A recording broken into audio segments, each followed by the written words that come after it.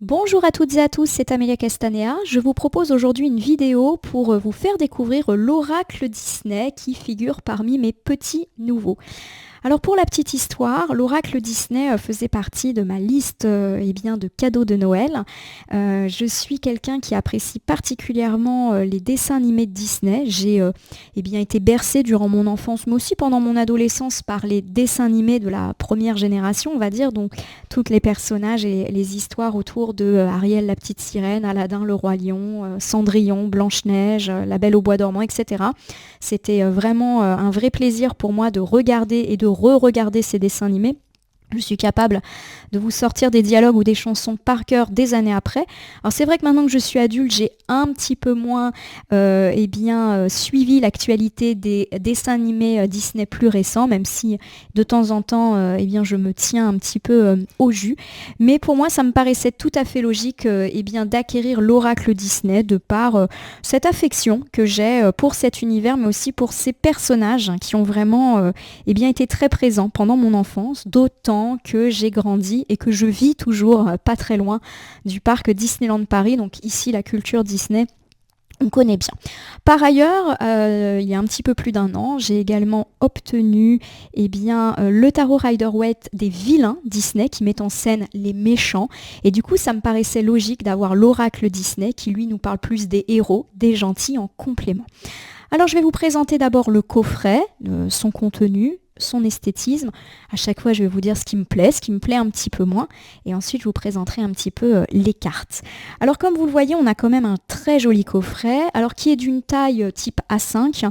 Donc moi, c'est une taille qui me convient tout à fait. Il n'est pas très épais, donc c'est idéal pour ranger. Autant pour moi qui possède pas mal d'oracles, de tarots.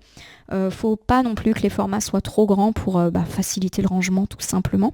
Donc on a un joli coffret qui tourne autour des tonalités bleu, bleu nuit, violet, qui tend un petit peu sur le noir. Donc il y a vraiment une notion de nuit magique, avec la petite fée Clochette, des ornements un petit peu végétaux et un petit peu, on va dire, étoilés.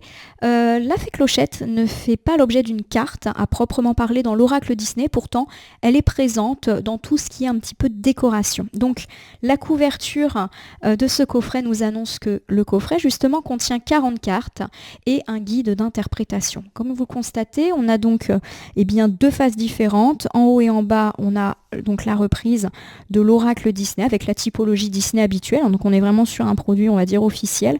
Et sur la tranche du côté, on nous indique de nouveau que le coffret contient 40 cartes et un livret d'interprétation. Si vous le voyez au moment où je bouge un petit peu, on voit que tout ce qui est ornement et écriture se fait en argenté. Donc c'est vraiment un joli coffret avec une belle finition. Alors je vais l'ouvrir.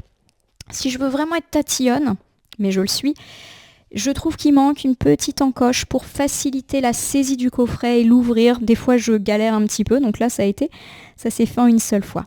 Alors, dès qu'on ouvre, on a le fameux livret d'interprétation qui comprend des idées de tirage et forcément une explication des différentes cartes que nous trouverons à l'intérieur de ce coffret.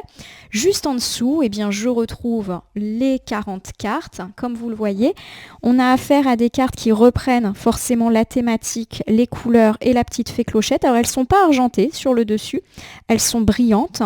On verra à quel point elles sont illustrées de manière particulièrement heureuse.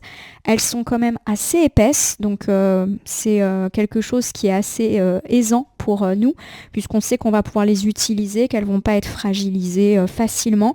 Et il y a un toucher qui est assez agréable du côté brillant, on va dire, de ces cartes.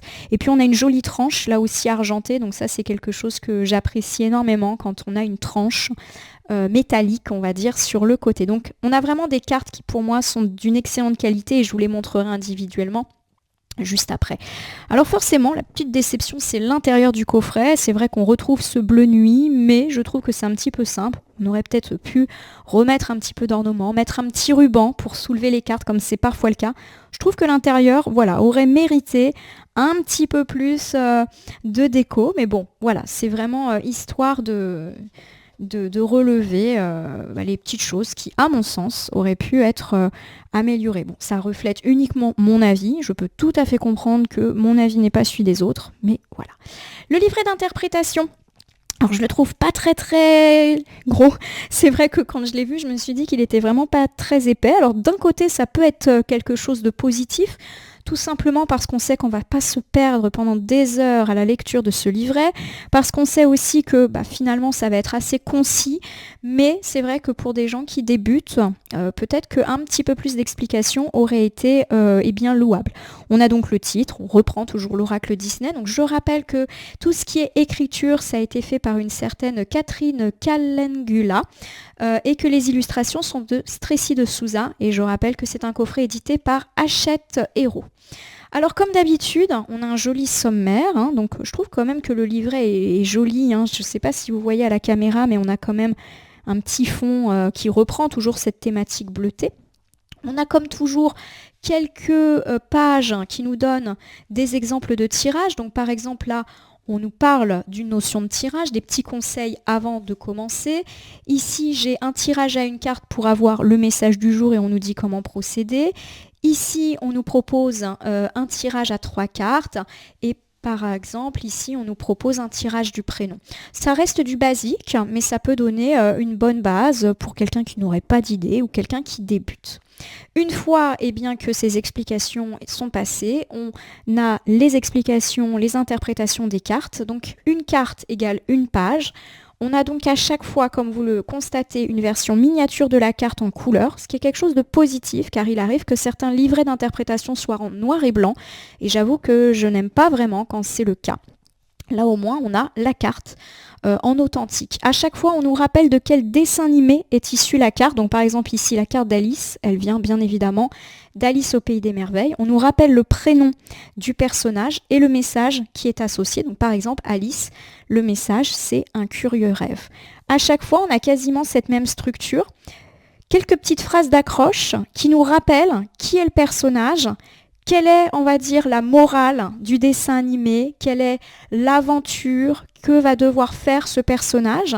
Et ensuite, on a les aspects positifs que relève la carte et les aspects un petit peu plus nuancés. Alors, le guide ne nous dit pas d'utiliser un tirage endroit-envers.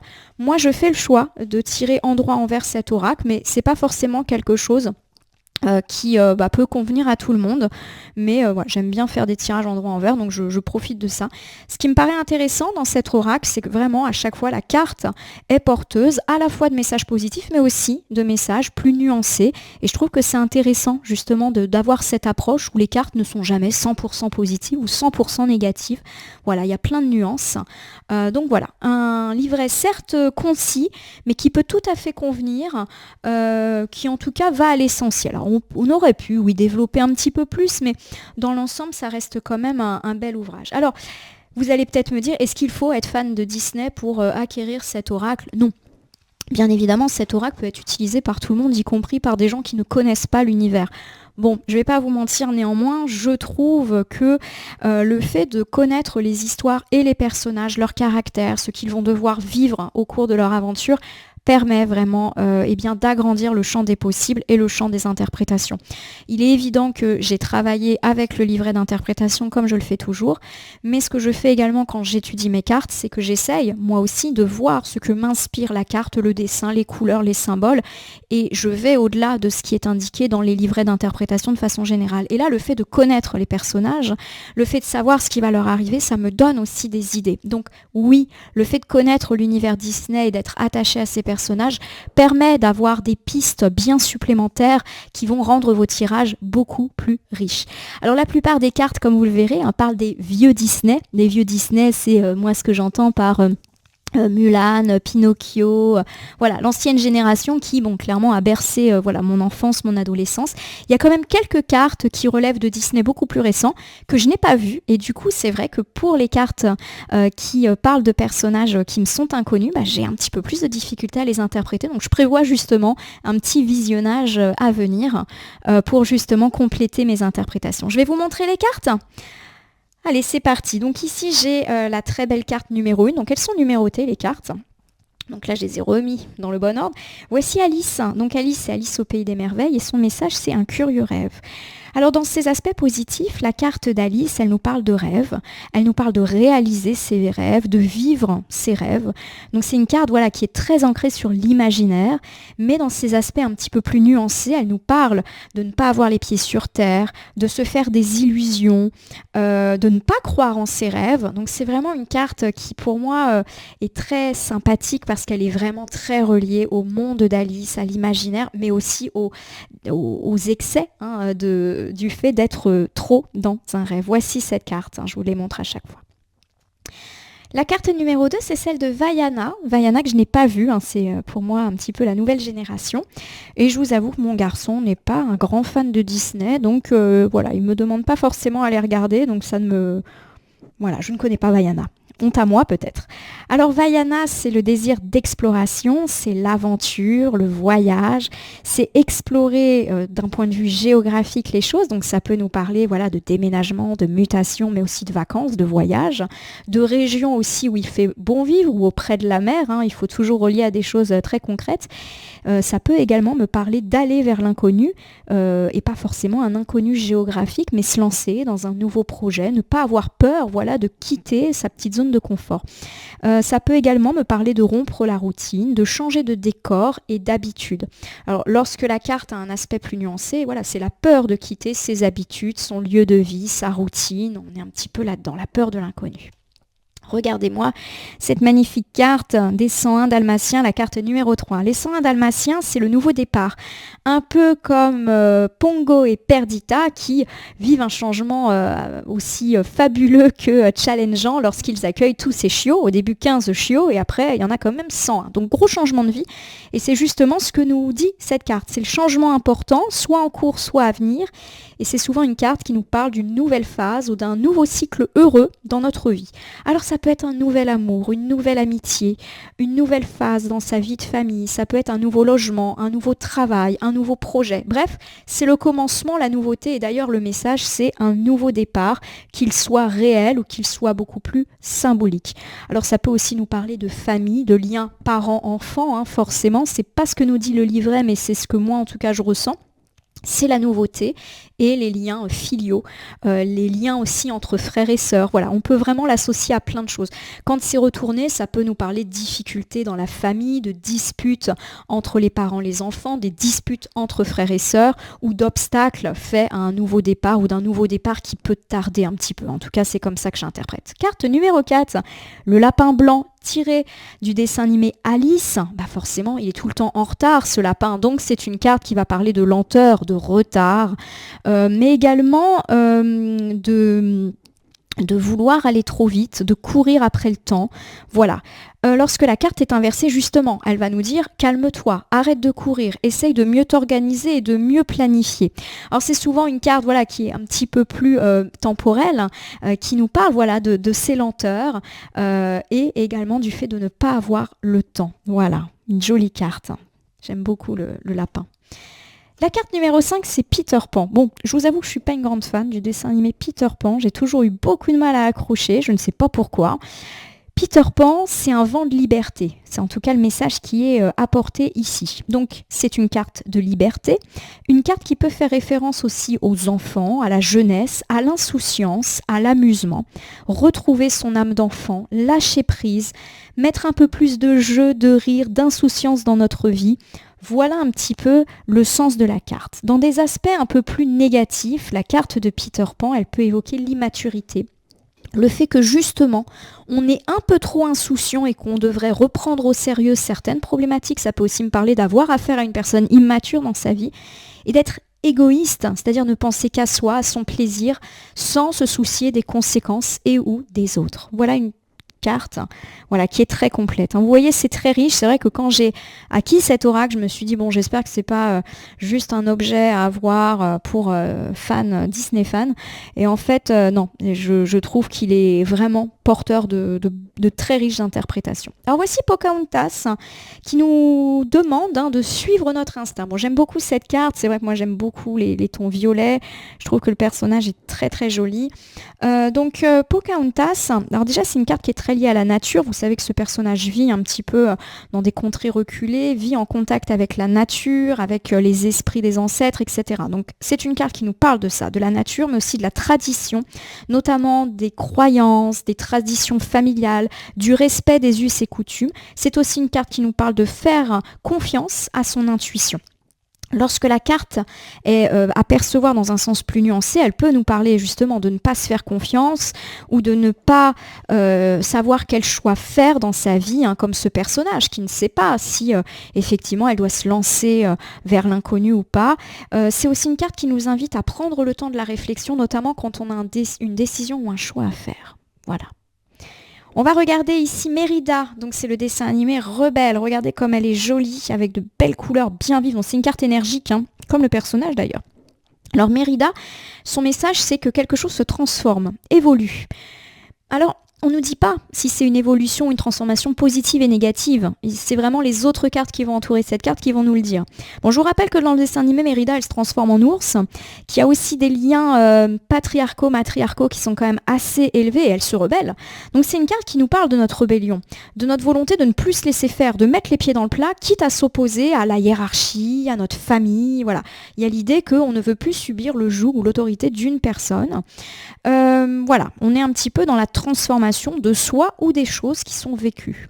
Lorsque la carte est pour moi inversée ou à percevoir dans des considérations plus nuancées, ça nous parle voilà, de frustration, de subir une situation mais de ne pas se rebeller alors que pour nous c'est quelque chose qui est vraiment insupportable.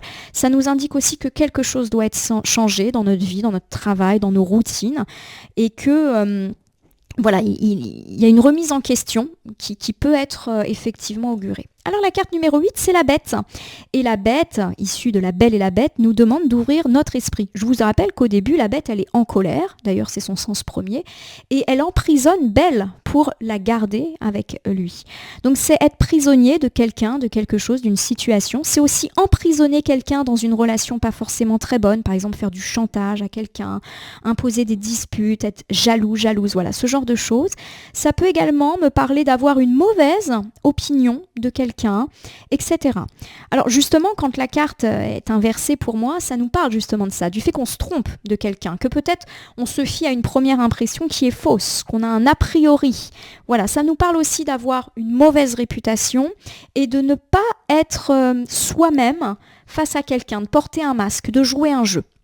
J'ai ici Blanche-Neige. Blanche-Neige, c'est affronte tes peurs. Effectivement, comme Blanche-Neige qui se retrouve dans la forêt, au début elle a très très peur, c'est une carte qui évoque les peurs, les angoisses, le monde un peu nocturne, le fait de subir eh bien voilà, un manque de confiance, avoir l'impression qu'on va pas pouvoir se débrouiller seul, qu'on est perdu toute seule ou tout seul, voilà un petit peu ce genre de choses. C'est aussi une carte qui nous invite à essayer de trouver du réconfort auprès des autres, comme Blanche-Neige le fait auprès des animaux de la forêt et auprès des 7 nains. Lorsque la carte est à percevoir dans un aspect plus nuancé, elle nous parle de la mauvaise influence d'une femme, qui ici est incarnée par la belle-mère que eh bien, Blanche-Neige cherche à fuir. Ça nous parle aussi de ne pas avoir confiance en soi, de se laisser complètement submerger par ses doutes et qu'on n'arrive même plus à les surmonter. Carte numéro 10, vous reconnaîtrez Réponse, un élan de créativité. Réponse qui est quelqu'un qui peint énormément, qui fabrique tout un tas d'objets dans sa tour pour s'occuper. C'est une carte qui nous parle de passion, d'art, de création, donc pourquoi pas d'activités récréatives que l'on peut mener. Ça nous parle aussi d'avoir plein d'idées, des idées innovantes, créatrices et pas seulement que artistiques. Dans un propos un peu plus nuancé, ça nous parle aussi d'être enfermé dans sa tour. Donc ça peut évoquer des difficultés immobilières, des difficultés quant à des travaux, des chantiers, de déménagement. Voilà, on est coincé là où on est, où il y a quelque chose de compliqué à la maison, pourquoi pas un conflit familial, ou aussi rester isolé. Voilà, se couper de tout, rester dans sa tour. Ça peut être aussi se croire supérieur aux autres. Voilà un petit peu les interprétations. J'ai Hercule. Hercule, carte numéro 11. Donc Hercule, c'est des efforts gagnants. Hercule, c'est le succès, c'est travailler dur et du coup réussir, être héroïque, être brave, être courageux, se mettre au travail et faire des efforts payants. Dans des aspects plus nuancés, on vous demande peut-être de vous mettre au boulot ou de revoir votre travail, de faire plus d'efforts. Voilà, on est un petit peu là-dedans ou d'un succès légèrement reporté. Bambi est Pampan qui nous parle d'une grande amitié, donc c'est la carte amicale, on va dire, de ce jeu. C'est l'amitié, la générosité, les liens authentiques, la fidélité, la loyauté, le soutien mutuel. Voilà, on est un petit peu là-dedans. Et pourquoi pas une nouvelle rencontre amicale ou des liens amicaux déjà existants fort heureux. Lorsque la carte est inversée ou nuancée, on me parle bien justement de ne pas négliger une relation amicale, de faire attention à ses amis ou de ne pas être satisfait de sa vie sociale, amicale, d'avoir l'impression qu'on ne peut pas compter sur les autres et ou d'avoir une déception amicale. Voici la marraine, la bonne fée, qui est la marraine de Cendrillon. Cendrillon qui d'ailleurs n'apparaît pas dans ce jeu et qui nous parle de bonne étoile. Bon forcément, c'est une carte de bonne étoile, de bonne fortune, de chance, d'opportunité. Ça peut tout aussi bien toucher la sphère privée que la sphère plus matérielle, professionnelle. C'est le heureux hasard, le bon timing. C'est provoquer sa chance, voilà, tout simplement. Dans un aspect plus nuancé, on vous demande peut-être justement de provoquer votre chance ou tout simplement que c'est pas encore le bon moment, voilà, d'avoir l'impression qu'on a un peu la guigne. Voilà un petit peu les interprétations de cette carte. Voici venir Mowgli et Baloo en 14e position, donc issu du livre de la jungle. On vous parle d'une douce insouciance, il en faut peu pour être heureux, c'est vraiment la chanson qui rythme tout le dessin animé. C'est une carte qui nous parle de la fin des soucis, de l'insouciance, de profiter de bonheur simple de la vie, se promener, chanter, etc. De passer du bon temps avec ses proches autour de choses très simples. D'une façon plus nuancée, c'est aussi une carte qui nous alerte sur le fait qu'on est trop insouciant, qu'on devrait prendre beaucoup plus au sérieux une situation, ou alors qu'on a affaire à une personne pas sérieuse dans notre vie, quel que soit le domaine où elle joue, et de la nécessité de trouver un équilibre, entre les contraintes et l'amusement. Voici la belle et le clochard, donc Lady et le clochard, un amour pur, c'est la carte sentimentale du jeu, c'est l'amour, ça peut être la nouvelle rencontre sentimentale ou les liens amoureux épanouis et épanouissants si la relation est déjà établie. Ça peut nous parler du fait que quelque chose d'important se profile dans la vie sentimentale, une preuve d'amour, un engagement, et ça nous parle aussi de s'aimer soi-même. Lorsque la carte est inversée, elle peut me parler de difficultés dans la vie conjugale, de disputes, graves ou pas, mais aussi de ne pas s'aimer soi-même ou d'avoir l'impression de ne pas être aimé à sa juste valeur. Que ce soit d'ailleurs dans la sphère sentimentale, mais aussi amicale et familiale, ou ne pas aimer son travail. Voilà, on est un peu dans ces considérations-là. Alors voici, Judy Hopps, issu du dessin animé très sympa de Zootopie. C'est un récent, mais pour le coup je l'ai vu, et qui nous parle de féroce détermination. Ça nous parle de mise à l'épreuve physique, mentale, d'être testé. Donc pourquoi pas d'avoir un entretien, un diplôme, un concours, un entretien. Voilà, il y a du test dans l'air au cours duquel on va devoir montrer de quoi on est capable. Il y a un petit côté, il faut que je convainque les gens. D'un point de vue retourné, on nous parle de ne pas savoir quoi faire pour faire face à une difficulté, d'hésiter, voilà, de réfléchir à comment gérer une situation un petit peu compliquée. Ça peut aussi nous parler d'autorité, puisque Judy, elle est policière, donc tout ce qui est un petit peu judiciaire, administratif, institutionnel, peut être incarné par cela. Voici le génie d'Aladin, c'est la seule carte d'Aladin. C'est un peu décevant pour moi, parce que j'aime beaucoup Aladin, donc j'aurais bien aimé avoir Aladin ou Yasmine en carte. Alors le génie, c'est fait un vœu. C'est une excellente carte, ça me parle d'un souhait, quel qu'il soit, qui se réalise. Ça peut aussi me parler d'aider quelqu'un à réaliser son souhait, et d'un point de vue plus nuancé, on nous dit que votre souhait va se réaliser, mais pas tout de suite. Voilà, c'est un peu une carte de attends, voilà. Donc, elle est toujours positive, cette carte.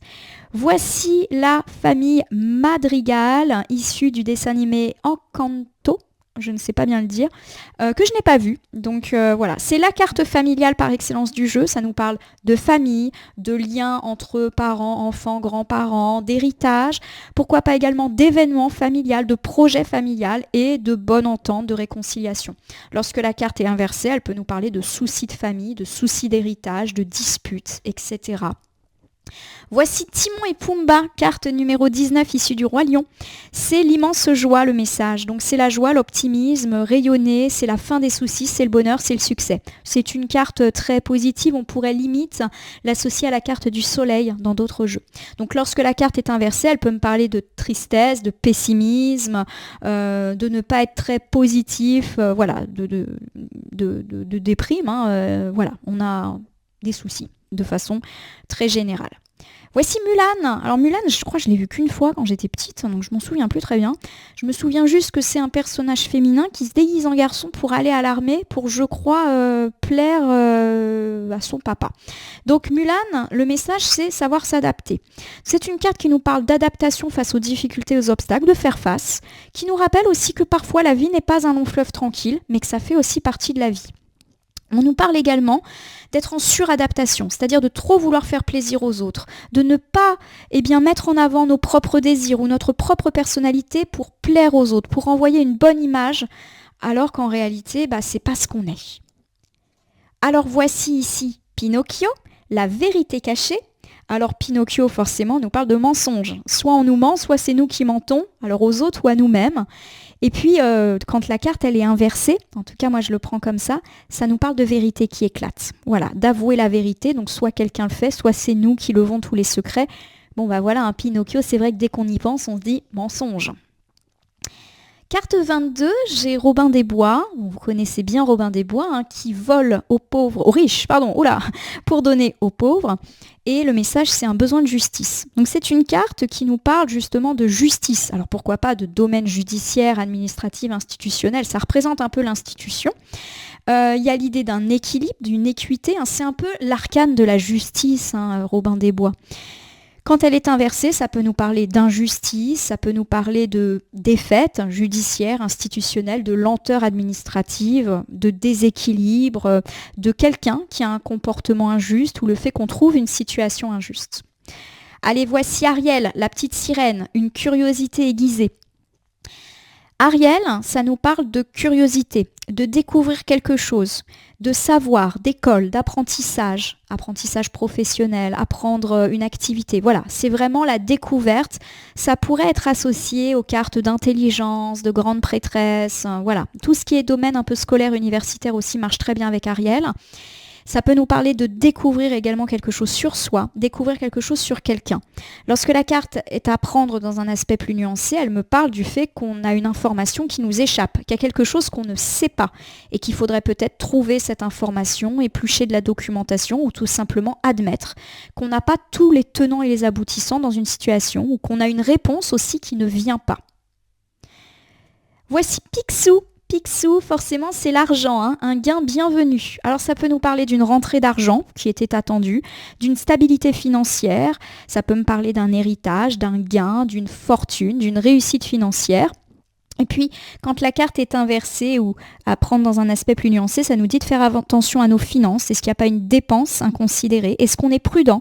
Est-ce qu'on n'a pas fait un investissement douteux? Est-ce que cette dépense ne peut pas attendre?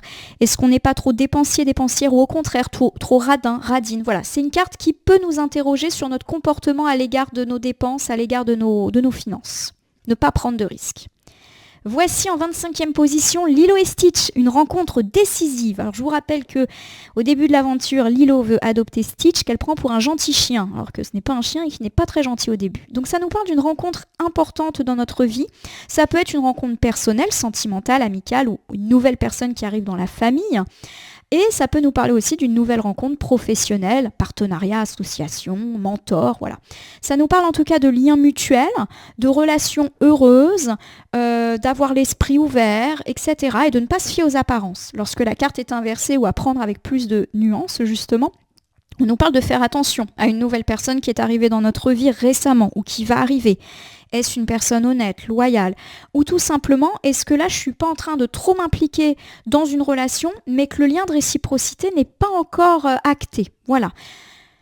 J'ai ici la carte de Quasimodo, qui est issue du dessin animé Notre-Dame de Paris et qui nous demande d'aller au-delà des apparences. La carte peut nous parler de ne pas s'arrêter à la première impression, quant à une personne ou quant à une situation. Aller au-delà des apparences, aller au-delà de ce qu'on nous dit ou de la réputation d'une personne, ne pas être dans les clichés, dans les préjugés. Ne pas juger les autres sans les connaître ou ne pas juger d'une situation sans avoir véritablement creusé. Lorsque la carte est à prendre dans un aspect plus nuancé, elle nous parle d'être jugé négativement par une personne. Il y a quelqu'un qui clairement ne nous apprécie pas et peut-être même qu'elle colporte des rumeurs, des bruits à notre égard. Alors voici une carte qui me laisse perplexe parce que je n'ai pas vu ce dessin animé. D'ailleurs, j'ai oublié de quel dessin animé elle était issue. C'est la médaille de Vanellope. C'est le cadeau. Alors c'est la seule carte du jeu qui ne parle pas d'un personnage et qui met en avant un objet. Donc on nous parle ici de présent, de cadeau matériel, mais aussi d'offre, pourquoi pas une opportunité, ou d'un cadeau symbolique, un coup de pouce, un coup de chance. Bon, c'est une carte plutôt positive. Lorsqu'elle est à l'envers, la carte peut évoquer une forme d'égoïsme ou le fait qu'on n'a pas des relations mutuelles avec quelqu'un, qu'on a fait un cadeau ou rendu un service à quelqu'un mais qui ne nous le rend pas, qu'on aimerait bien aussi être remboursé, que quelqu'un abuse de notre gentillesse. Voilà, il y a un petit peu cette idée-là. Alors voici la carte de Merlin l'Enchanteur, des ressources insoupçonnées. Merlin, c'est croire en soi, en ses capacités, en ses connaissances, en ses compétences. C'est aussi prends les choses en main. Voilà, ne te laisse pas faire, tu as le pouvoir d'arranger certaines situations, de briller, tu as les capacités. Lorsque la carte elle est à l'envers, elle peut nous parler du fait qu'on n'est pas pris au sérieux, qu'il y a des gens qui doutent de nous, de nos capacités, ou que nous-mêmes, on n'a pas confiance en nous, en nos projets, et qu'on ne sait pas tellement comment prendre le taureau par les cornes. Alors voici également une carte inconnue pour moi. C'est Ethan qui quitte sa zone de confort. Je n'ai pas vu le dessin animé qui est associé à ce personnage et je n'ai même pas retenu le nom du dessin animé. Donc là aussi, je pense que je vais visionner parce que le personnage m'a l'air sympa. Alors personnage qui porte un sac à dos, bon, c'est quitter sa zone de confort. J'ai cru comprendre qu'il partait de chez lui. Donc ça nous parle justement d'aventure, de rêver d'aventure, pourquoi pas de voyage, d'exploration, mais aussi de déménagement, de mutation, bref, de quitter sa zone de confort.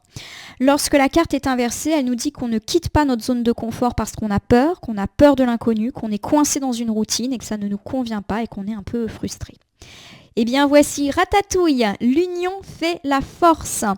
Alors j'ai ici un très joli duo qui nous parle de partenariat, d'union, d'association, d'équipe, de collaboration. Donc ça peut être aussi bien dans la vie privée, vous formez un super duo avec votre partenaire, avec un ami, avec un membre de votre famille, mais aussi un partenariat purement professionnel, économique, une association, une réunion d'équipe. Voilà, l'union fait la force avec cette carte. Lorsque la carte est inversée, on vous peut-être met le doigt sur un manque de collaboration, peut-être qu'il faut plus partager le travail, déléguer, oser demander de l'aide. Ça peut aussi me parler d'un conflit avec un partenaire, qu'il soit privé ou plus public, on va dire. Carte 31, voici Aurore, la Belle au bois dormant, qui a un message du passé. Alors souvent, la carte d'Aurore, elle nous parle de notre passé, notamment familial, de ce qu'on nous a transmis, des difficultés qu'on a pu avoir dans notre enfance, dans notre passé, et du fait que ça a un impact sur notre vie présente. Ça peut nous parler aussi du fait d'avoir pris une décision dans le passé, donc qu'on regrette aujourd'hui et qui a peut-être une incidence sur notre vie actuelle. Lorsque la carte est inversée, elle nous demande de se concentrer sur notre passé et pourquoi pas de reprendre contact avec une personne perdue de vue. Alors voici Elsa, très très célèbre Elsa, donc de la Reine des Neiges, qui dit qu'il faut trouver sa voie. Donc souvent Elsa, quand elle est à l'endroit, elle nous parle de se limiter, d'avoir trop de contraintes dans sa vie, de se retenir, de ne pas dire ce qu'on pense, de ne pas faire ce qu'on veut. Et justement, c'est une carte qui dit qu'on en a un petit peu assez, qu'on ne veut plus avoir de contraintes ou de limites, qu'on a une soif d'émancipation, de libérer, libérer et délivrer. Il faut vraiment penser à ça quand on tire cette carte. De façon plus nuancée, ça nous parle aussi de coup de tête, de se lancer un petit peu sans trop réfléchir à nos actes. Ça nous parle également peut-être de se libérer de quelqu'un ou de quelque chose, mais de le faire de façon très très brusque et du coup de ne pas avoir anticipé les choses. Voilà. Tout le contraire de ce personnage d'ailleurs. Alors voici deux personnages qui me sont également inconnus, Hiro et Baymax. Alors je crois que c'est issu d'un dessin animé qui s'appelle Les Nouveaux Héros et on parle d'évolution. Donc c'est l'opportunité, une évolution personnelle, professionnelle, matérielle, aller plus loin, la chance. Et c'est un changement important. Lorsque la carte est inversée, elle peut nous parler de retard dans ce changement, d'une évolution qui traîne, de lenteur, de mauvais timing. Ça ne veut pas dire que ça ne va pas arriver, mais que ça va être un petit peu plus long. Allez, j'ai la carte 34, Thomas O'Malley, une mélodie entraînante. Vous connaissez ce petit personnage qui chante, qui fait de la musique et qui recueille cette famille de chats aristos qui a été abandonnée et perdue dans la nature. C'est une carte qui nous parle de motivation, d'entrain, de joie, d'énergie retrouvée et qui est communicative. Donc pour moi, c'est une carte hyper solaire, hein, le Thomas O'Malley. C'est un peu le fou aussi, si on peut le rapprocher d'une arcane plus célèbre. Voilà, c'est l'insouciance, mais on avance, on y va quand même. Lorsque la carte est à prendre dans un aspect plus nuancé, on nous parle d'être plus calme, d'être plus posé, d'abaisser le rythme d'une journée, voilà, de revoir ses priorités, d'un petit peu se calmer. De remettre un petit peu de joie aussi dans sa vie. Voici Bernard et Bianca, un changement de cap, hein, comme Bernard qui ne s'attendait pas à partir en aventure avec Bianca, hein, qui est toujours beaucoup plus par contre partante que son camarade. Ça nous parle d'un revirement de situation, d'un imprévu, d'être déstabilisé, d'être pris au dépourvu. Alors la carte, effectivement, ne nous parle pas du fait que ça soit négatif ou positif, ça peut être un revirement de situation heureux comme une déconvenue. Et ce sont les cartes qui vont entourer et recouvrir qui nous indiqueront. En tout cas, il y a de l'imprévu dans l'air, il y a un petit peu ce côté, pouf, ça tombe dessus comme ça. Lorsque la carte est inversée, elle peut nous parler du fait d'avoir surmonté une difficulté, une déconvenue, justement. Voilà, ça s'est passé, bon maintenant on passe à autre chose, on a passé un cap. Alors voici un personnage peu connu, la veuve Tartine, qui est dans Rox & Rookie. C'est elle qui adopte le petit renard en début de film. On nous parle d'une profonde reconnaissance, c'est une personne... formidable. Ça nous parle d'une personne qui se contente des petits plaisirs simples de la vie, qui n'a pas de haine à l'égard de son voisin ô combien pénible. Ça nous parle que parfois, quand on est trop concentré sur nos problèmes, on ne voit pas le reste qui est positif dans notre vie. Donc c'est une carte qui nous dit, oui, il y a peut-être des soucis en ce moment, mais ils sont certainement bien moins graves que tu ne le penses. Voilà déjà le premier message de cette carte. Lorsque la carte elle est inversée, elle nous dit qu'on est beaucoup trop focalisé sur nos problèmes et qu'on a même tendance à en oublier le reste, voire à négliger les autres et à se faire une montagne de finalement pas grand-chose. Donc c'est une carte qui nous dit, sois reconnaissant de ce que tu as et regarde un petit peu, scanne tes problèmes, ils sont pas si importants. Carte 37, Mickey Mouse, un espoir lumineux. Bon, cette carte, elle nous dit qu'on a vécu et que peut-être qu'on est encore en train de vivre une période difficile, une épreuve, et qu'il faut quand même garder espoir. Lorsque la carte, elle est inversée, elle nous parle du fait qu'on a réussi à surmonter cette épreuve. Ça nous parle aussi d'être soutenu par ses proches, puisque Mickey est quand même le meilleur compagnon du monde qui soutient toujours tout le monde. Ça peut aussi nous parler d'une personne de notre entourage qui a besoin de nous.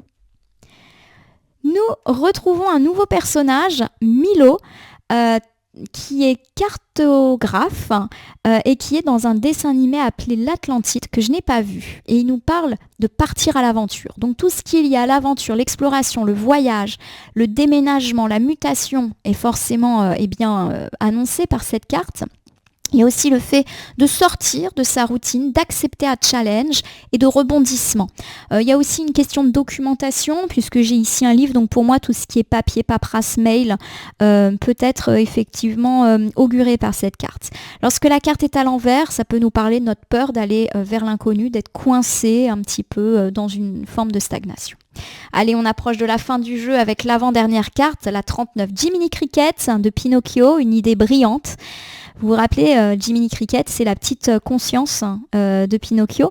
Donc il y a vraiment l'idée d'écouter votre intuition, mais d'éventuellement écouter les autres et les conseils qu'ils peuvent vous donner. Lorsque la carte est inversée ou à prendre dans ses aspects plus nuancés, ça nous parle de nos doutes, de ne pas savoir quoi faire. Voilà. Ça peut nous parler aussi d'un mauvais conseil qu'on vous a donné et qu'il ne faut peut-être pas écouter. Voici la dernière carte du jeu, c'est Tiana. Tiana, c'est la véritable ambition. Ça nous parle d'ambition, de réussir dans un projet, de se donner les moyens de réussir, de travailler dur pour obtenir ce qu'on veut. Donc c'est souvent une carte de travail, de talent, d'accomplissement. Lorsque la carte elle est à l'envers, elle nous parle de se dévaloriser, de ne pas croire en soi, en ses capacités, en son travail. Et peut-être aussi de la nécessité de travailler avec un petit peu plus d'acharnement pour obtenir ce que l'on souhaite. Voilà, j'ai terminé de vous montrer ces 40 cartes qui sont, en tout cas de mon point de vue, vraiment très très jolies. J'espère que vous appréciez véritablement les dessins, le design qui est quand même très soigné et qui nous plonge dans l'univers Disney. Alors, cette vidéo est maintenant terminée. J'espère en tout cas que la présentation de cet oracle et de ce coffret Disney vous a donné pourquoi pas l'envie de l'acquérir. N'hésitez pas à aller regarder dans ma description, je vous donne le lien qui vous permet bien, éventuellement de l'acheter. Bon, moi c'est un coffret que je suis très contente d'avoir dans ma collection. Déjà d'un point de vue collectionnite, voilà, c'était pour moi un objet à avoir qui complète le fameux tarot des vilains que peut-être je vous présenterai également dans une autre vidéo. Voilà, je me retrouve complètement dans ce jeu. Alors, est-ce qu'effectivement il me parle parce que j'ai un attrait pour ces personnages, ces dessins animés que je connais bien. On le voit que je suis plus en difficulté lorsque les cartes évoquent des personnages ou des dessins animés que je ne connais pas et que je n'ai pas vus. Alors moi je vais rattraper parce que voilà, ça me donne envie aussi de découvrir d'autres dessins animés, mais effectivement je me pose la question, est-ce que c'est un oracle qui peut parler à ceux qui sont complètement étrangers au monde Disney? Vous me direz si effectivement vous avez une opinion là-dessus. En tout cas, j'ai eu beaucoup de plaisir à vous présenter ce coffret, à préparer également mon jeu, puisqu'avant de pouvoir utiliser un jeu devant vous, il y a une phase de travail. Cette phase de travail, elle a été assez rapide avec cet oracle. J'ai vraiment eu l'impression de le prendre en main très facilement, très rapidement. Donc voilà, je suis très heureuse de l'avoir et d'avoir commencé les tirages avec. En tout cas, j'espère bien qu'il vous plaît, qu'il vous parle et qu'il vous enthousiasme autant que moi. Je vous remercie en tout cas d'avoir suivi cette vidéo, certes différente, mais voilà, dites-moi en commentaire si vous appréciez ce type bien, de présentation. C'est la première fois que je fais ça, mais je me dis que ça peut être aussi un petit complément sur la chaîne. Vous l'avez compris, je suis passionnée par les cartes et pas que par la cartomancie. L'objet en tant que tel me plaît énormément également. Donc c'est vraiment voilà, le jeu de la collectionnite là qui commence un petit peu à devenir envahissant, je dois dire. En tout cas, je vous remercie bien, de m'avoir écouté et suivi. Je vous invite à vous abonner à ma chaîne YouTube, La Corneille et le Renard Voyance Cartomancie, à me laisser des commentaires pour me dire si ce jeu vous a plu ou pas, si vous-même vous l'avez, si vous avez envie de l'acquérir, les qualités et les peut-être points un petit peu plus nuancés que vous trouvez à cet oracle. En tout cas, je vous invite à suivre mes actualités en cliquant sur la petite cloche. N'hésitez pas également à soutenir la chaîne en cliquant sur le bouton merci qui apparaît sous cette vidéo. Je le rappelle, vous trouverez toutes les références de cet oracle juste en dessous, dans la description. Et je vous rappelle que quoi qu'il arrive, bien, il faut toujours prendre du recul vis-à-vis des tirages que nous faisons ou des tirages que nous regardons et consultons. Le libre arbitre est là. Il faut toujours savoir l'utiliser à bon escient. En tout cas, je vous remercie pour votre fidélité et confiance et je vous dis à très bientôt sur ma chaîne pour d'autres vidéos.